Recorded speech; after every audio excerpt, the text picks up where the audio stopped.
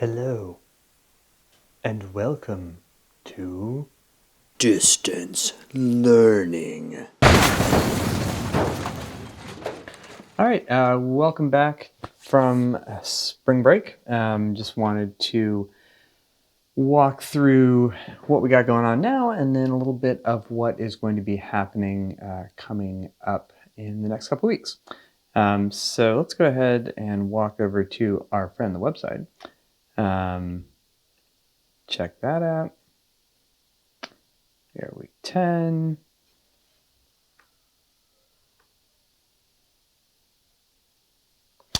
All right. So by the time you are looking at this, there will be this video here. One thing to note, there are a bunch of videos that were in week 9, and those are relevant to what we're talking about this week. So they're in week 9 because usually in that week we just do critique in class. We don't get to anything else. Because of the way that distance learning is structured, we didn't, I can have both some lectures posted and also do critique. So those are back there to give you a little bit more time to look at them. Anyway, so hopefully you did all this stuff, got some cables. If you don't have a cable, please let me know. And yeah, so this week, week 10, we're going to go over your insp images. You should have read the black and white conversion handout. If you didn't, it's there on the drive. Go grab it. There's I call it the printing really big handout. It's the big studio portrait handout, whatever it is. And watched a tethered shooting video. So you should know now, or at least have watched a video on how to shoot tethered, why you shoot tethered, some ideas about how to shoot a studio portrait without a studio. I want to talk a little bit about the final project and a modification to assignment 6. Excuse me. Maybe I'll go through the modification for assignment 6 first. So because we are all trapped in rooms, we just did that environmental portrait assignment. And for that, some of us were also sort of stuck doing studio portrait or self-portraiture. So I modified assignment 6 to give you the option of doing a tethered still life instead of having to do a studio portrait. If you want to do a studio portrait, by all means, do it. If you want to get super creative on how you set it up, what you do with it, all of these things are awesome. But if you're like, oh my gosh, I'm gonna have to go shoot a picture of myself tethered, then you also now have the option of shooting a tethered still life, which A, is a really normal way to shoot still life of all sorts. And B, I think will be a little bit more, well, I don't want to say easier, but yeah, kind of easier than trying to tethered shoot a self-portrait. And I think can be fun. So there's a slideshow on what the new assignment domestic still life could mean. I put together a bunch of images of people shooting something that is like that. The guidelines are basically the same. You're still shooting in black and white. You're still shooting tethered. You're still going to size it to make this very large print, even though we're not printing that big. We're doing the sizing stuff because it's important to know how it works. So domestic still life, again, there'll be another video, is really you're shooting in a space. You're working with what you have to hand, at hand. I think both phrases are fine. You're working with at least 2 types of light, or 2 lights, right? One can be a window, one can be a lamp, one can be a lamp, one can be another lamp, whatever it is, 2 light sources. You can have more if you want. And the domestic part is really the, in the still life, we're able to get some sense of setting, right? So look at the slide lecture video. I'll walk through that a little bit more But let's look quickly at the actual assignment description back up here in assignment descriptions. That took a long time to get there. All right, so there is assignment 6, distance learning revision, and now there is assignment 6, distance learning revision alternate. I walked through this one before. Let's walk through the alternate. Again, 2 light sources. You can use more than 2 if you want. Shoot against a solid, plain, not too busy backdrop, right? With the studio portrait, we're really trying to get the idea of, something seamless adjacent in there. With the domestic still life, it's not as necessary, but you're still trying to go for an idea of background or Spartanness, emptiness. In the slide lecture, looking at Laura Latinsky, right? She's someone who's working with places that very much look like rooms, but it's very kind of big and airy and white walls and linens and whatever. Other people are using, black background or some drapery. Right? Drapes are good, sheets are good, walls are good, window blinds good. Like all of these things, totally fine. Just trying to think about clarifying your scene and concentrating on composition and lighting, right? These are the things that still lives are about, right? It's like 80%, I don't know, 70%, right? Sort of like composition, framing, formal relationships, and like that's 70%. So like 30% lighting and 0% like, look, I found some shit, right? Like that's not the goal, right? We're not cataloging like tchotchkes for an auction catalog. Not our plan. So remember that you're learning things in your lighting class, hopefully, maybe. So think about lighting, ratios, reflection, volume, hard light, soft light, edges of things. Use a relatively plain backdrop. You don't need to like have a seamless or a sweep or whatever. That's not necessary. Right? We do want it to feel like it's in a space, not in a studio. Or we want it to feel like it's in a space. We don't need it to feel like it's in a commercial, big, white psych kind of space. Depth of field is going to be important, right? With still life, we can work a lot closer up, so we can have a little bit more flexibility with that. Shouldn't feel like a snapshot, right? One of the things that I explicitly did not include in the slideshow was like Stephen Shore's pictures of his food. They are still lifes in a way, but they are very, very snapshotty, and that is not what we want. Another thing you could think about, though, is food photography, right? There are some great people out there making really good, interesting food photography, something to think about. Now, with that in mind, a lot of the people that are in the slideshow are doing it in color. You are doing it in black and white.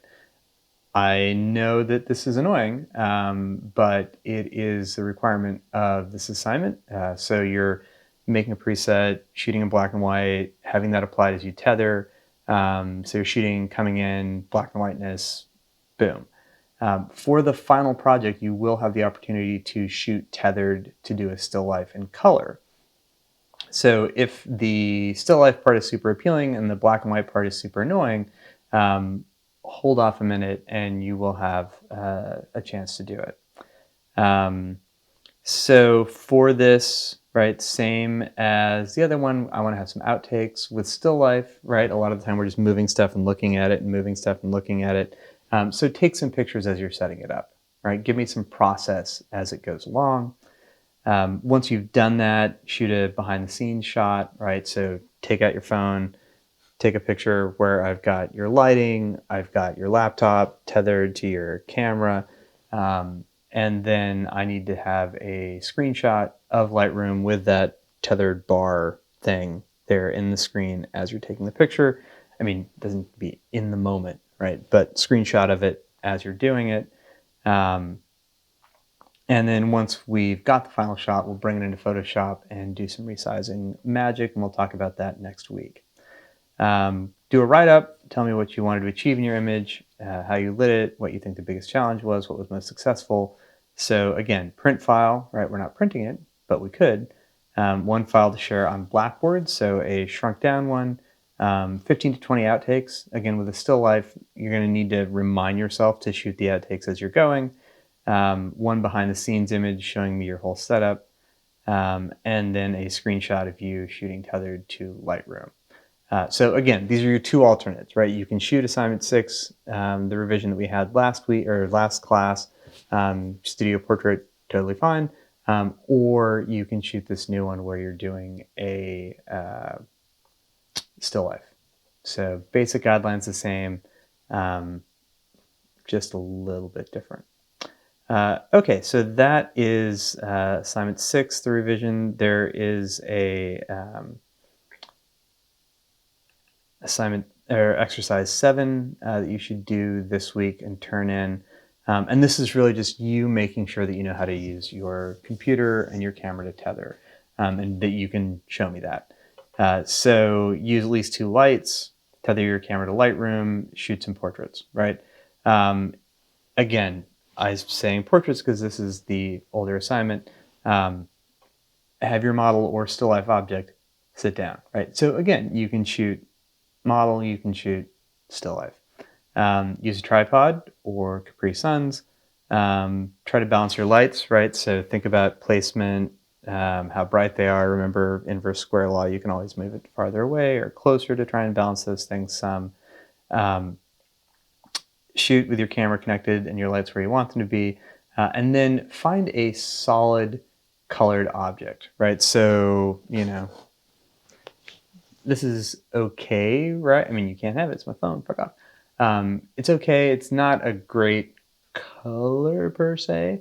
We're looking for something that we can go into Lightroom with the black and white mix, grab it, and adjust that color to be white. So if you have something that's red, you have something that's yellow, you have something that's green, you have something that's blue, you have something that's cyan, magenta, whatever it is.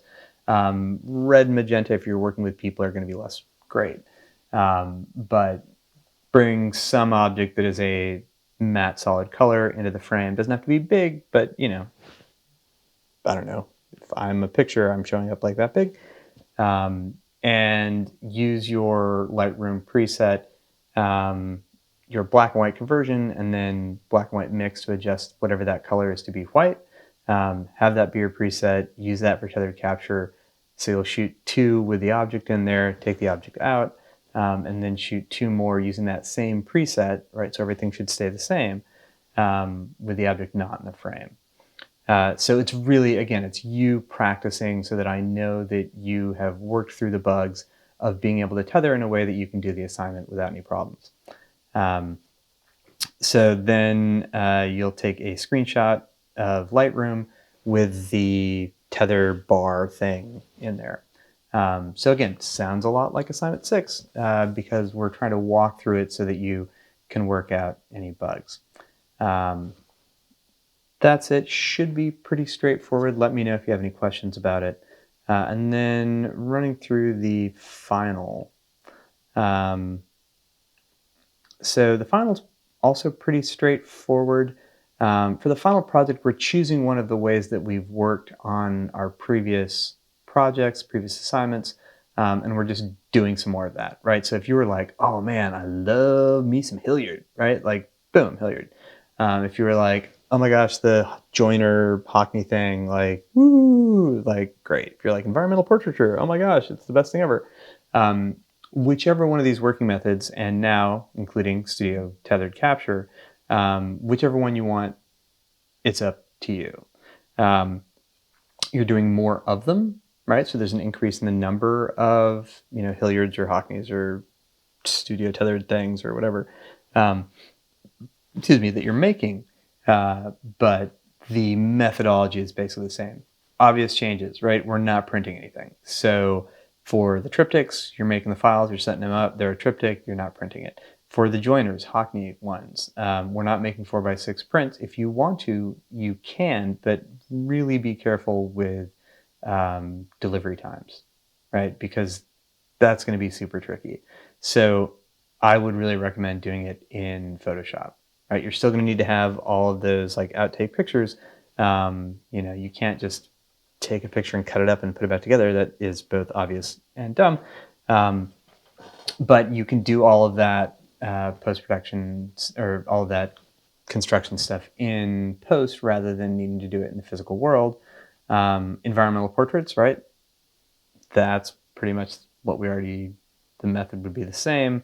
And then studio tethered capture, the difference between this and assignment 6, the difference between the final and assignment 6, is that on the final you can do it in color.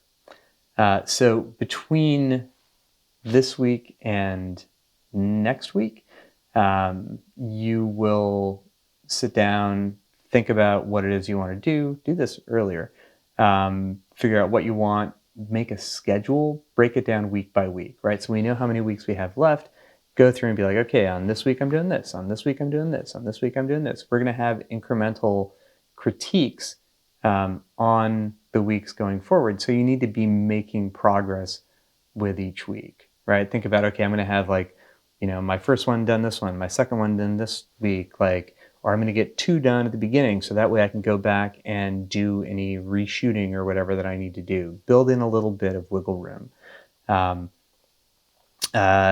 In that proposal, include your concept, motivation, inspiration, right? Like, what are you thinking about? Why are you interested in this? What do you want to do with it, right? I'm not saying it needs to be some lofty magical idea, although that's cool. But what is it about this way of working that's appealing to you?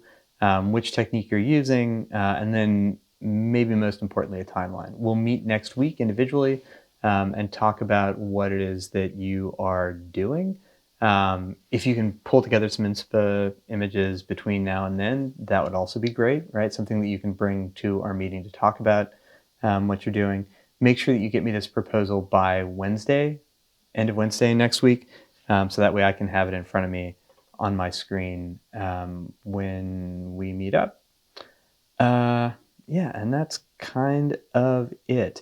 I'm still, to be totally honest, I'm still trying to figure out how we're going to work the critique with everybody, because I really want everyone to get a chance to see what you are working on for the final. It just takes a really long time. So we'll figure that out. If, for example, if you have a class that meets right after this, if you could reach out and let me know, that would be great. Just because if we do run long, I really want to make sure that I don't have anybody who's feeling pinched between this class and another one. Okay, cool. So that's our general thing for excitement this week. Just make sure that you have looked at the assignment 6 revisions. Remember, now there's sort of 2 versions of it. One that's pictures of people, or portrait of people, portrait of a person, and one that is still life. Think about what you need to do for your final assignment. This is really important. Planning it out will make it so much easier and less stressful. And then do that exercise 7, which again is really you walking through, making sure that you know how to tether, how to shoot, working those bugs out so that if you are running into problems, you can reach out to me and we can solve them in time for it not to impact your assignment 6. All right, cool. That is about, homework. Sign up for individual meetings on your final project proposals. There is a link to the Google Sheets right down there under homework. So please do that. If you're doing the portrait thing, take a look at April Bloom's work. She graduated a year ago. And she has some really, really nice black and white stuff. Very graphic, very strong, really gorgeous. So yeah, even if you're not doing that, it's definitely worth checking out. Okay, cool. So go ahead and take a look at the next video, which is going to be me walking through some domestic still life stuff, if that's something that you're interested in. Otherwise, get to it on the tethered shooting and let me know if you have any problems with the exercise, which you do need to turn in, or any problems with or questions about assignment 6 or the final project proposal. Okay, cool.